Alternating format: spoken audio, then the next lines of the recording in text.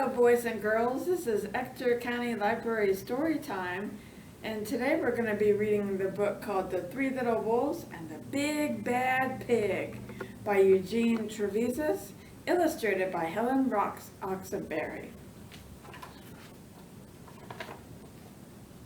Once upon a time, there were three cuddly little wolves with soft fur and fluffy tails who lived with their mother.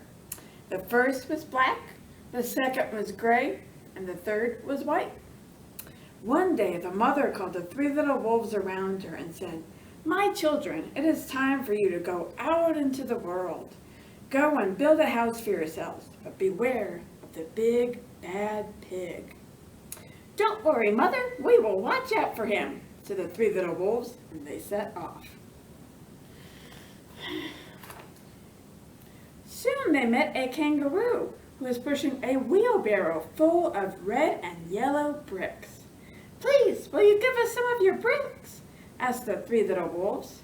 "Certainly," said the kangaroo, and she gave them lots of red and yellow bricks. So the three little wolves built themselves a house of bricks.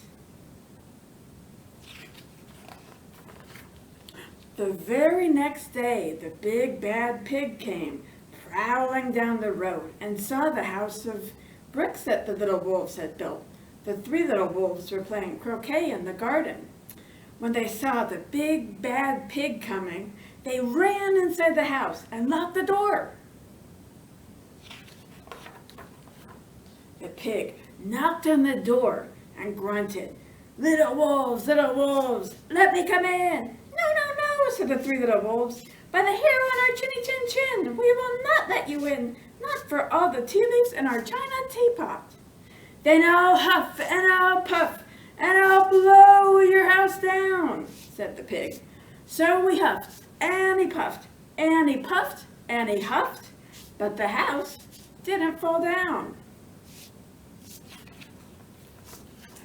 But the pig wasn't called big and bad for nothing. He went and fetched his sledgehammer, and he knocked the house down. The three little wolves only just managed to escape before the bricks crumbled, and they were very frightened indeed. "We shall have to build a stronger house," they said. Just then they saw a beaver who was mixing concrete in a concrete mixer. "Please, will you give us some of your concrete?"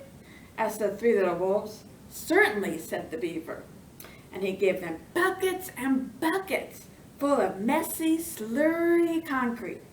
So the three little wolves built themselves a house of concrete. No sooner had they finished than the big bad pig came prowling down the road and saw the house of concrete that the little wolves had built. They were playing battledore and shuttlecock in the garden, and when they saw the big bad pig coming, they ran inside their house and shut the door. The pig rang the bell and said, "Little frightened wolves, let me come in." No, said the three little wolves. "By the hair on our chinny chin chin, we will not let you in, not for all the tea leaves in our china teapot." "Then I'll huff and I'll puff and I'll blow your house down," said the pig. So he huffed and he puffed and he puffed and he huffed, but the house didn't fall down. But the pig wasn't called big and bad for nothing. He went and fetched his pneumatic drill and smashed the house down. The three little wolves managed to escape, but their chinny chin chins were trembling and trembling and trembling. "We shall build an even stronger house," they said, because they were very determined. Just then they saw a truck coming along the road carrying barbed wire, iron bars, armor plates, and heavy metal padlocks. "Please, will you give us some of your barbed wire, a few iron bars, and armor plates, and some heavy metal padlocks?" they said to the rhinoceros who was driving the truck. "Sure," said the rhinoceros, and he gave them plenty of barbed wire, iron bars, armor plates, and heavy metal padlocks.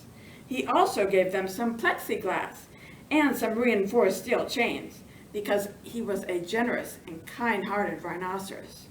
So the three little wolves built themselves an extremely strong house.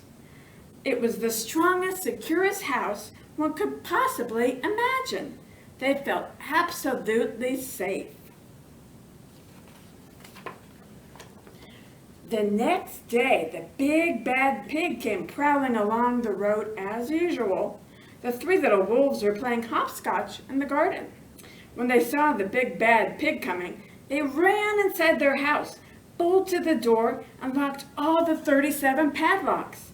The pig dialed the video entrance phone and said, "Little frightened wolves with the trembling chins, let me come in." "No, no, no," said the little wolves. "By the hair on our chins, we will not let you in, not for all the tea leaves in our china teapot." "Then I'll huff and I'll puff and I'll blow your house down," said the pig. So he huffed and he puffed and he puffed and he huffed. But the house didn't fall down. But the pig wasn't called big and bad for nothing. He brought some dynamite, laid it against the house, lit the fuse, and, oh no, the house blew up. The three little wolves just managed to escape with their fluffy tails scorched. "Something must be wrong with our building materials," they said. "We have to try something different." But what? At that moment, they saw a flamingo coming along, pushing a wheelbarrow full of flowers. "Please, will you give us some flowers?" asked the little wolves.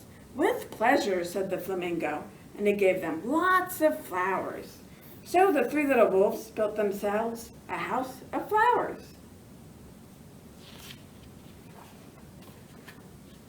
One wall was of marigolds, one of daffodils, one of pink roses, and one of cherry blossoms. The ceiling was made of sunflowers, and the floor was a carpet of daisies. They had water lilies in their bathtub and buttercups in their refrigerator. It was a rather fragile house, and it swayed in the wind, but it was very beautiful. Next day, the big bad pig came prowling down the road and saw the house of flowers that the three little wolves had built. He rang the blue bell at the door and said, "Little frightened wolves with the trembling chins and the scorched tail, let me come in." "No, no, no," said the three little wolves. "By the hair on our chins, we will not let you in, not for all the tea leaves in our china teapot." "Then I'll huff and I'll puff and I'll blow your house down," said the pig.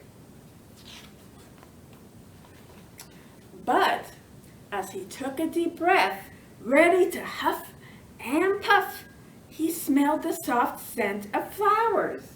It was fantastic, and because the scent was so lovely, the pig took another breath and then another. Instead of huffing and puffing, he began to sniff. He sniffed deeper and deeper until he was quite filled with the fragrant scent. His heart grew tender, and he realized how horrible he had been. Right then, he decided to become a big, good pig. He started to sing and to dance to Tarantella. Look at him there dancing. At first, the three little wolves were a bit worried. It might be a trick, but soon they realized that the pig had truly changed. So they came running out of the house. They started playing games with him. First, they played Pig Pong and then Piggy in the Middle.